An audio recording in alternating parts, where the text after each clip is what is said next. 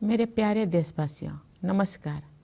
75वें गणतंत्र दिवस की पूर्व संध्या पर मैं आप सभी को हार्दिक शुभकामनाएं देती हूँ। जब मैं पीछे मुड़कर ये देखती हूँ कि विपरीत परिस्थितियों के बावजूद हमने कितने लंबे यात्रा की है, तो मेरा हृदय गर्व से भर जाता है। हमारे गणतंत्र का 75वां वर्ष कई अर्थों में देश की यात्रा में एक ऐतिहासिक पड़ाव है। ये उत्सव मनाने का विशेष अवसर है, जैसे हमने स्वाधीनता के 75 वर्ष पूरी होने पर आज़ादी का अमृत महोत्सव के दौरान अपने देश की अतुलनीय महानता और विविधतापूर्ण संस्कृति का उत्सव मनाया था। कल के दिन हम संविधान के प्रारंभ का उत्सव मनाएंगे। संविधान की प्रस्तावना हम भारत के लोग इन शब्दों से शुरू होती है। ये शब्द हमारे संविधान के मूल भाव अर्थात लोकतंत्र को रेखांकित करते हैं। भारत की लोकतांत्रिक व्यवस्था लोकतंत्र की पश्चिमी अवधारणा से कहीं अधिक प्राचीन है, इसीलिए भारत को लोकतंत्र की जननी कहा जाता है। एक लंबे और कठिन संघर्ष के बाद 15 अगस्त 1947 को हमारा देश विदेशी शासन से मुक्त हो गया, लेकिन उस समय भी देश में सुशासन तथा देशवासियों में निहित क्षमताओं और प्रतिभाओं को उन्मुक्त विस्तार देने के लिए उपयुक्त मूलभूत सिद्धांतों और प्रक्रियाओं को स्वरूप प्रदान करने का कार्य चल ही रहा था। संविधान सभा ने सुशासन के सभी पहलुओं पर लगभग 3 वर्षों तक विस्तृत चर्चा की और हमारे राष्ट्र के महान आधारभूत ग्रंथ यानी भारत के संविधान की रचना की। आज के दिन हम सब देशवासी उन दूरदर्शी जननायकों और अधिकारियों का कृतज्ञतापूर्वक स्मरण करते हैं, जिन्होंने हमारा भव्य और प्रेरक संविधान के निर्माण में अमूल्य योगदान दिया था। हमारा देश स्वतंत्रता की शताब्दी की ओर बढ़ते हुए अमृत काल के प्रारंभिक दौर से गुजर रहा है। ये एक युगांतकारी परिवर्तन का कालखंड है। हमें अपने देश को नई ऊंचाइयों तक ले जाने का सुनहरा अवसर मिला है। हमारा लक्ष्यों को प्राप्त करने के लिए प्रत्येक नागरिक का योगदान महत्वपूर्ण होगा। इसके लिए मैं सभी देशवासियों से संविधान में निहित हमारे मूल कर्तव्यों का पालन करने का अनुरोध करूंगी। ये कर्तव्य आज़ादी के 100 वर्ष पूरी होने तक भारत को एक विकसित राष्ट्र बनाने की दिशा में प्रत्येक नागरिक के आवश्यक दायित्व है। इस संदर्भ में मुझे महात्मा गांधी का स्मरण होता है। बापू ने ठीक ही कहा था, जिसने केवल अधिकारों को चाहा है, ऐसे कोई भी प्रजा उन्नति नहीं कर सकी है। केवल वही प्रजा उन्नति कर सकी है जिसने कर्तव्यों का धार्मिक रूप से पालन किया है। मेरे प्यारे देशवासियों, गणतंत्र दिवस हमारे आधारभूत मूल्यों और सिद्धांतों को स्मरण करने का एक महत्वपूर्ण अवसर है। जब हम उनमें से किसी एक बुनियादी सिद्धांतों पर चिंतन करते हैं, तो स्वाभाविक रूप से अन्य सभी सिद्धांतों पर भी हमारा ध्यान जाता है। संस्कृति, मान्यताओं और परंपराओं की विविधता हमारे लोकतंत्रों का अंतर्निहित आयाम है। हमारे विविधता का ये उत्सव समता पर आधारित है, जिसे न्याय द्वारा संरक्षित किया जाता है। ये सब स्वतंत्रता की वातावरण में ही संभव हो पाता है। इन मूल्यों और सिद्धांतों की समग्रता ही हमारी भारतीयता का आधार है। Doctor B.R. अम्बेडकर के प्रबुद्ध मार्गदर्शन में प्रवाहित इन मूलभूत जीवन मूल्यों और सिद्धांतों में रची बसी संविधान की भावधारा ने सभी प्रकार के भेदभाव को समाप्त करने के लिए सामाजिक न्याय के मार्ग पर हमें अडिग बनाए रखा है। मैं ये उल्लेख करना चाहूँगी कि सामाजिक न्याय के लिए अनवरत युद्धरत रहे श्री कर्पूरी ठाकुर जी की जन्म शताब्दी का उत्सव काल ही संपन्न हुआ है। कर्पूरी जी पिछड़े वर्गों के सबसे महान पक्षकारों में से एक थे, जिन्होंने अपना सारा जीवन उनके कल्याण के लिए समर्पित कर दिया था। उनका जीवन एक संदेश था। अपने योगदान से सार्वजनिक जीवन को समृद्ध बनाने के लिए मैं कर्पूरी जी को अपनी श्रद्धांजलि अर्पित करती हूँ। हमारे गणतंत्र की मूल भावना से एकजुट होकर 140 करोड़ से अधिक भारतवासी एक कुटुंब के रूप में रहते हैं। दुनिया के सबसे बड़े इस कुटुंब के लिए सह अस्तित्व की भावना भूगोल द्वारा थोपा गया बोझ नहीं है, बल्कि सामूहिक उल्लास का सहज स्रोत है, जो हमारे गणतंत्र दिवस के उत्सव में अभिव्यक्त होता है। इस सप्ताह के आरंभ में हम सबने अयोध्या में प्रभु श्री राम के जन्म स्थान पर निर्मित भव्य मंदिर में स्थापित मूर्ति की प्राण प्रतिष्ठा का ऐतिहासिक समारोह देखा। भविष्य में जब इस घटना को व्यापक परिप्रेक्ष्य में देखा जाएगा, तब इतिहासकार भारत द्वारा अपने सभ्यतागत विरासत की निरंतर खोज में युगांतकारी आयोजन के रूप में इसका विवेचन करेंगे। उचित न्यायिक प्रक्रिया और देश के उच्चतम न्यायालय के निर्णय के बाद मंदिर का निर्माण कार्य आरंभ हुआ। अब ये एक भव्य संरचना के रूप में शोभायमान है। ये मंदिर न केवल जन जन की आस्था को व्यक्त करता है, बल्कि न्यायिक प्रक्रिया में हमारे देशवासियों की अगाध आस्था का प्रमाण भी है। प्यारे देशवासियों, हमारे राष्ट्रीय त्यौहार ऐसे महत्वपूर्ण अवसर होते हैं जब हम अतीत पर भी दृष्टिपात करते हैं और भविष्य की ओर भी देखते हैं। पिछले गणतंत्र दिवस के बाद के एक वर्ष पर नज़र डालें तो हमें बहुत प्रसन्नता होती है। भारत की अध्यक्षता में दिल्ली में G20 शिखर सम्मेलन का सफल आयोजन एक अभूतपूर्व उपलब्धि थी। G20 से जुड़े आयोजनों में जन सामान्यों की भागीदारी विशेष रूप से उल्लेखनीय है। इन आयोजनों में विचारों और सुझावों का प्रभाव ऊपर से नीचे की ओर नहीं, बल्कि नीचे से ऊपर की ओर था। उस भव्य आयोजन से ये सीख भी मिली है कि सामान्य नागरिकों को भी ऐसे गहन तथा अंतर्राष्ट्रीय महत्व के मुद्दे में भागीदार बनाया जा सकता है, जिसका प्रभाव अंततः उनके अपने भविष्य पर पड़ता है। G20 शिखर सम्मेलन के माध्यम से ग्लोबल साउथ की आवाज़ के रूप में भारत के अभ्युदय को भी बढ़ावा मिला, जिससे अंतर्राष्ट्रीय संवाद की प्रक्रिया में एक आवश्यक तत्व का समावेश हुआ। जब संसद ने ऐतिहासिक महिला आरक्षण विधेयक पारित किया, तो हमारा देश स्त्री पुरुष समानता के आदर्शों की ओर आगे बढ़ा। मेरा मानना है कि नारी शक्ति बंधन अधिनियम महिला सशक्तिकरण का एक क्रांतिकारी माध्यम सिद्ध होगा। इससे हमारे शासन की प्रक्रियाओं को बेहतर बनाने में भी बहुत सहायता मिलेगी। जब सामूहिक महत्व के मुद्दों पर महिलाओं की भागीदारी बढ़ेगी, तो हमारी प्रशासनिक प्राथमिकताओं का जनता की आवश्यकताओं के साथ बेहतर सामंजस्य बनेगा। इसी अवधि में भारत चंद्रमा के दक्षिणी ध्रुव के क्षेत्र पर उतरने वाला पहले देश बना। चंद्रयान 3 के बाद इसरो ने एक सौर मिशन भी शुरू किया। हाल ही में आदित्य L1 के सफलतापूर्वक हेलो ऑर्बिट में स्थापित किया गया है। भारत ने अपने पहले एक्सरे पोलरीमीटर सैटेलाइट, जिसे एक्सपोसेट कहा जाता है, के प्रक्षेपण के साथ नए साल की शुरुआत की है। ये सैटेलाइट अंतरिक्ष के ब्लैक होल जैसे रहस्यों का अध्ययन करेगा।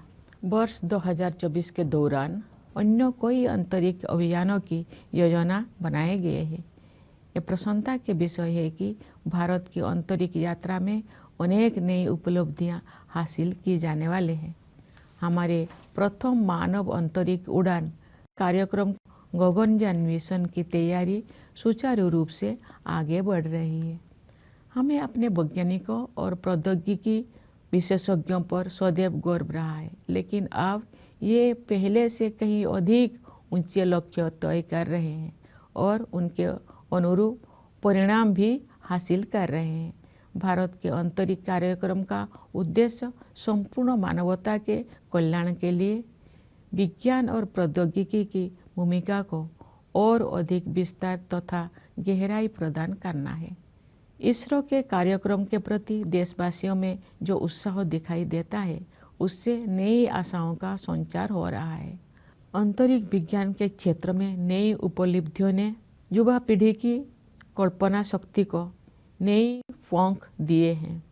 मुझे विश्वास है कि हमारे बच्चों और युवाओं में बड़े पैमाने पर विज्ञान के प्रति रुझान बढ़ेगा तथा उनमें वैज्ञानिक दृष्टिकोण विकसित होगा। अंतरिक्ष विज्ञान की इन उपलब्धियों से युवाओं, विशेषकर युवा महिलाओं को ये प्रेरणा मिलेगी कि वे विज्ञान और प्रौद्योगिकी को अपना कार्य क्षेत्र बनाएं। मेरे प्यारे देशवासियों, आज का भारत आत्मविश्वास के साथ आगे बढ़ रहा है। सुदृढ़ और स्वस्थ अर्थव्यवस्था इस आत्मविश्वास का कारण भी है और परिणाम भी।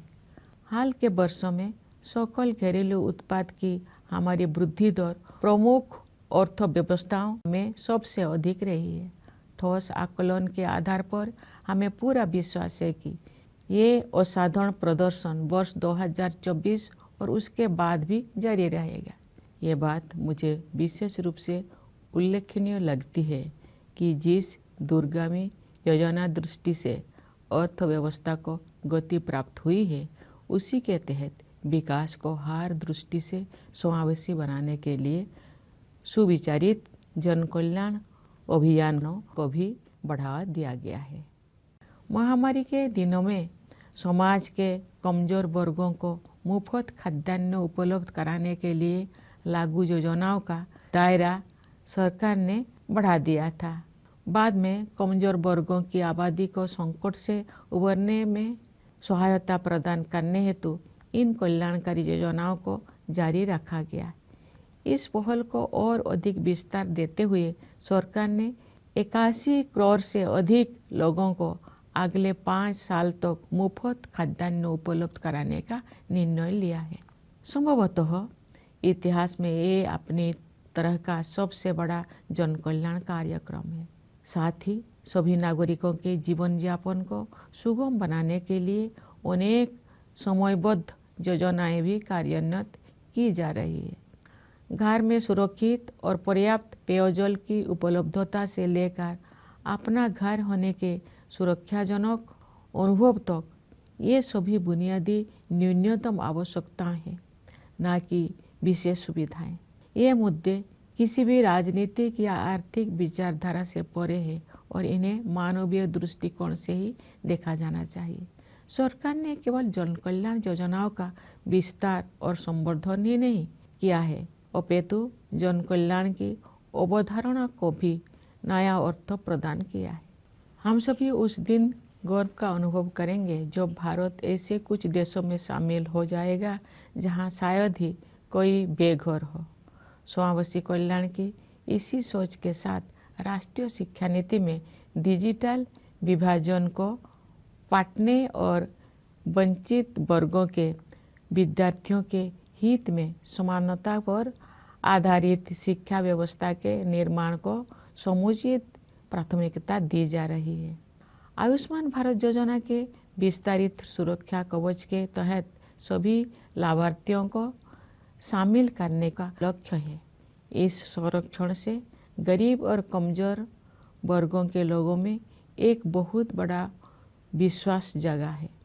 हमारे खिलाड़ियों ने अंतर्राष्ट्रीय मंच पर भारत का मान बढ़ाया है। पिछले साल आयोजित एशियाई खेलों में हमने 107 पदकों के नए कीर्तिमान के साथ इतिहास रचा और एशियाई पैरा खेलों में हमने 111 पदक जीते।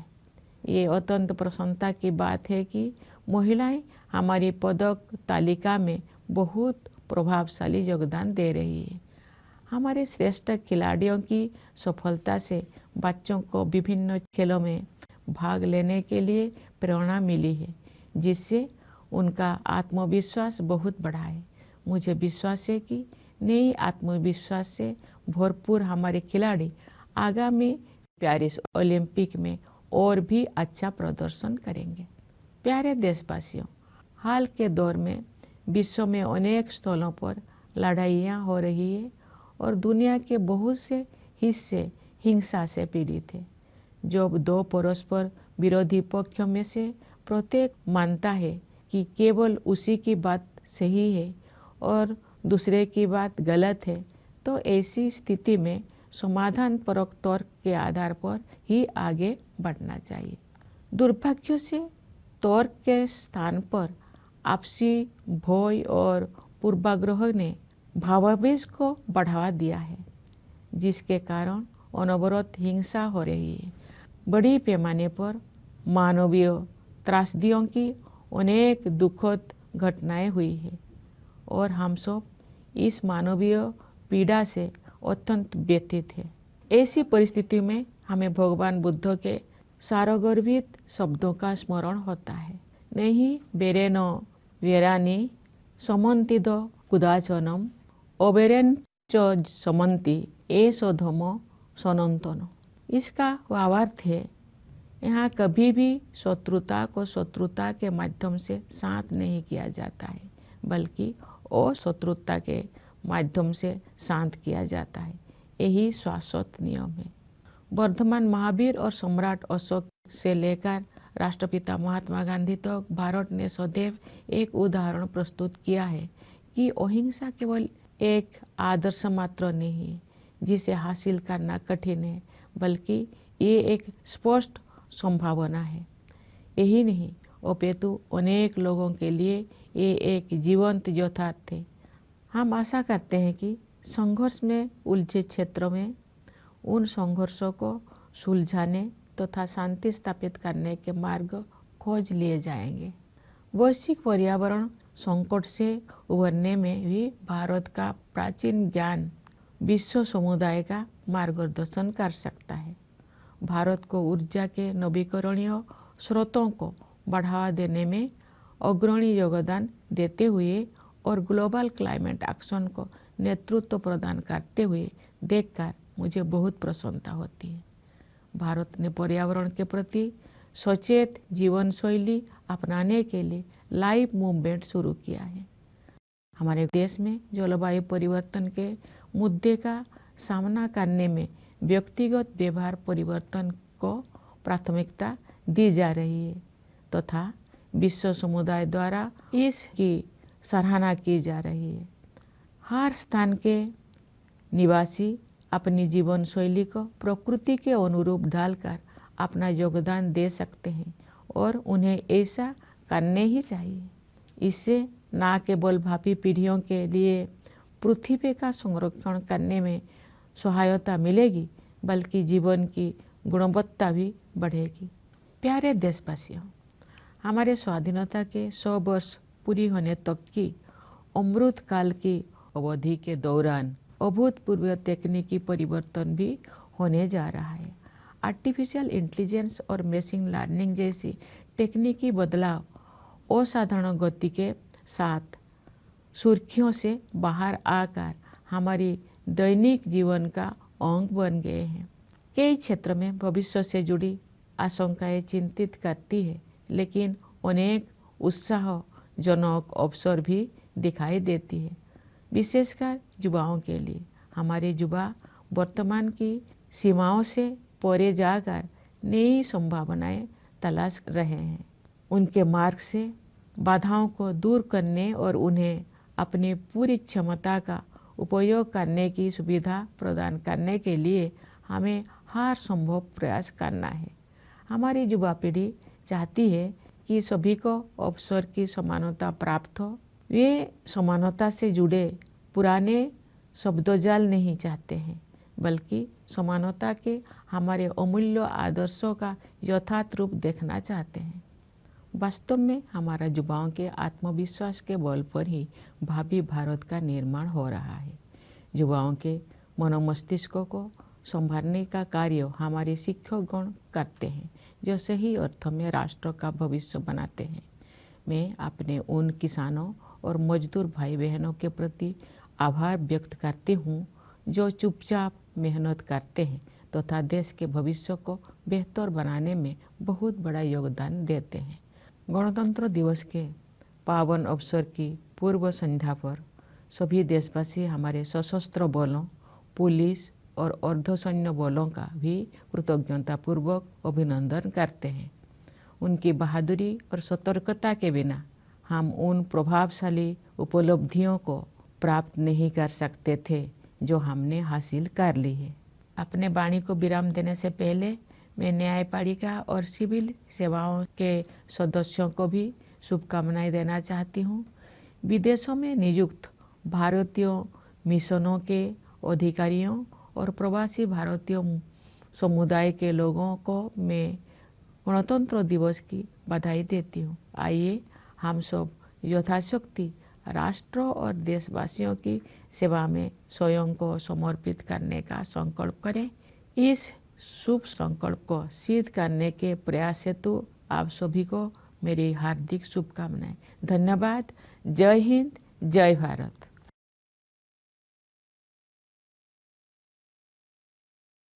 My dear fellow citizens, Namaskar. My heartiest greetings to all of you on the eve of the 75th Republic Day.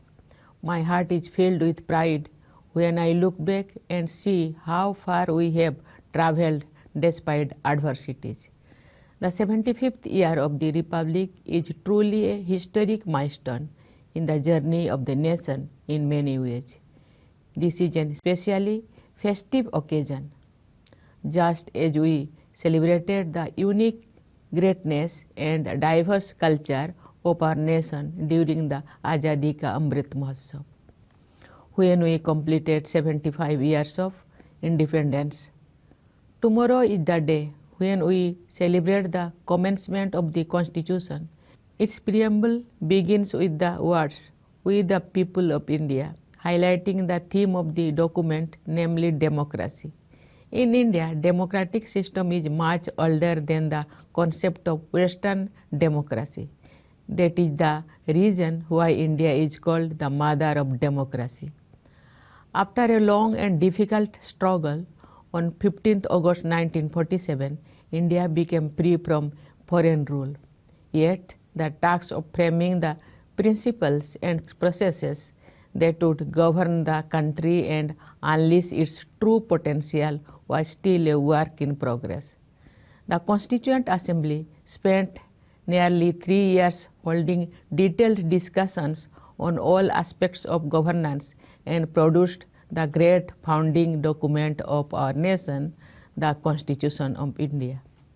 Today, the nation gratefully remembers the leaders as well as the officials who contributed to the framing of our splendid and inspiring Constitution.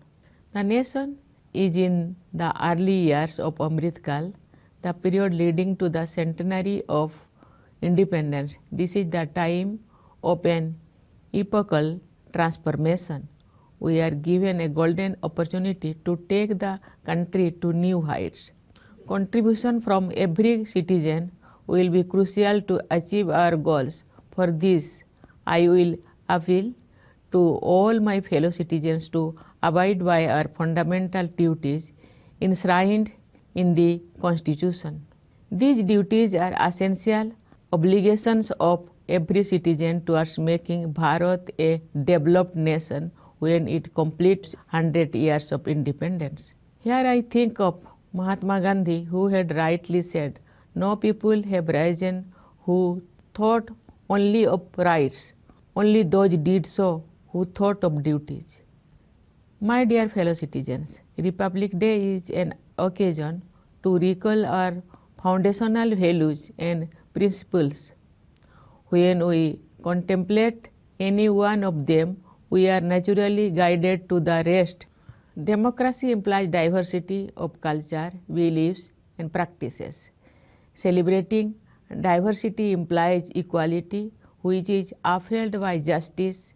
Freedom is what makes it all possible. The totality of these values or principles is what makes us Indian.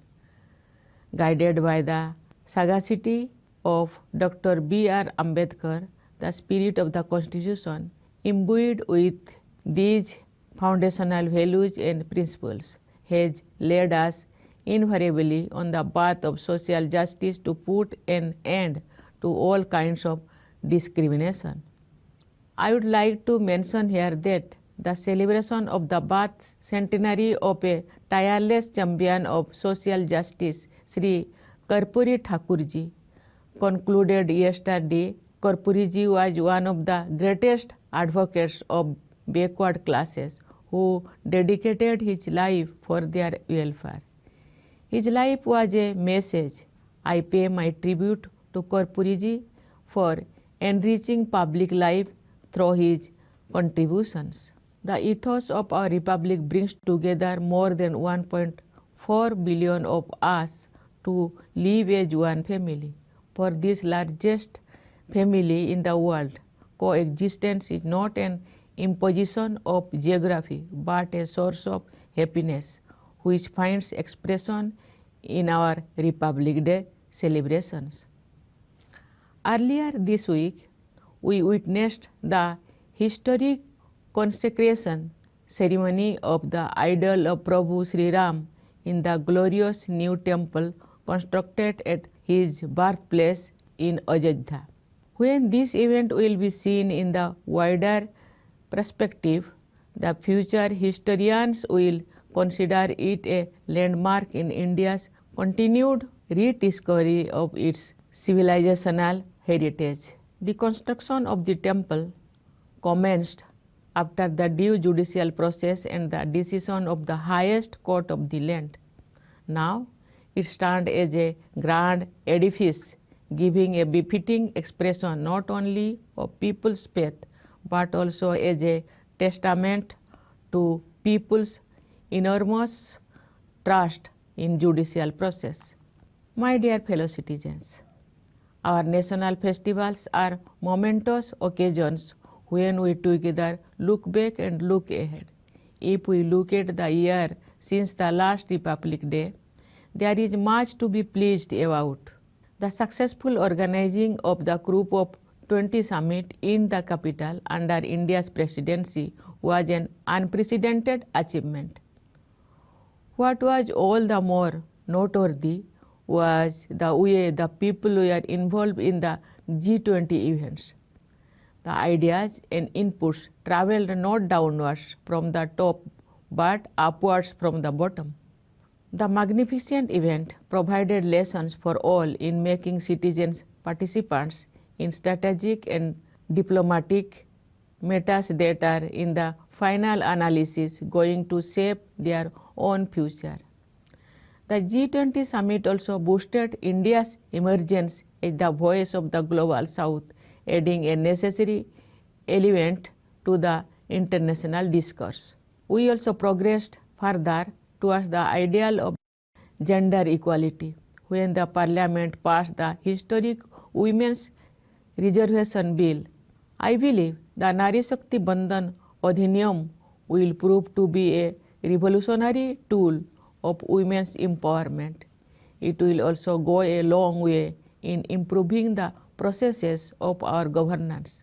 When more women will be involved in the matters of collective importance, our administrative priorities will be more in tune with the needs of the masses. It was also the year when India went to the moon, becoming the first to land on the lunar South Pole region. After Chandrayaan-3, the Indian Space Research Organization rolled out a solar mission as well. Recently, Aditya L1 was successfully put into the halo orbit. We began the new year with the launch of our first X-ray polarimeter satellite called XPOSat, which will study space mysteries like black holes. Many more space missions are planned in the current calendar year. I am happy to add that India's space journey is slated to cross new milestones. Preparations for the Gaganyaan mission, our first human space flight program, are proceeding smoothly. We have always been proud of our scientists and technology experts, but now they are aiming far higher than before and delivering too. India's space program is aimed at expanding and deepening the role of science and technology for the benefit of the entire humanity. The amount of enthusiasm we see in the country for the ISRO's initiatives is heartening. New achievements in this area have fired the imagination of the young generation. More children, I am sure, will become interested in science and cultivate a scientific temper. It will also inspire more youngsters, especially young women, to pursue careers in science and technology. My dear fellow citizens, India is moving ahead with confidence, which comes from and is also reflected by the robust health of the economy.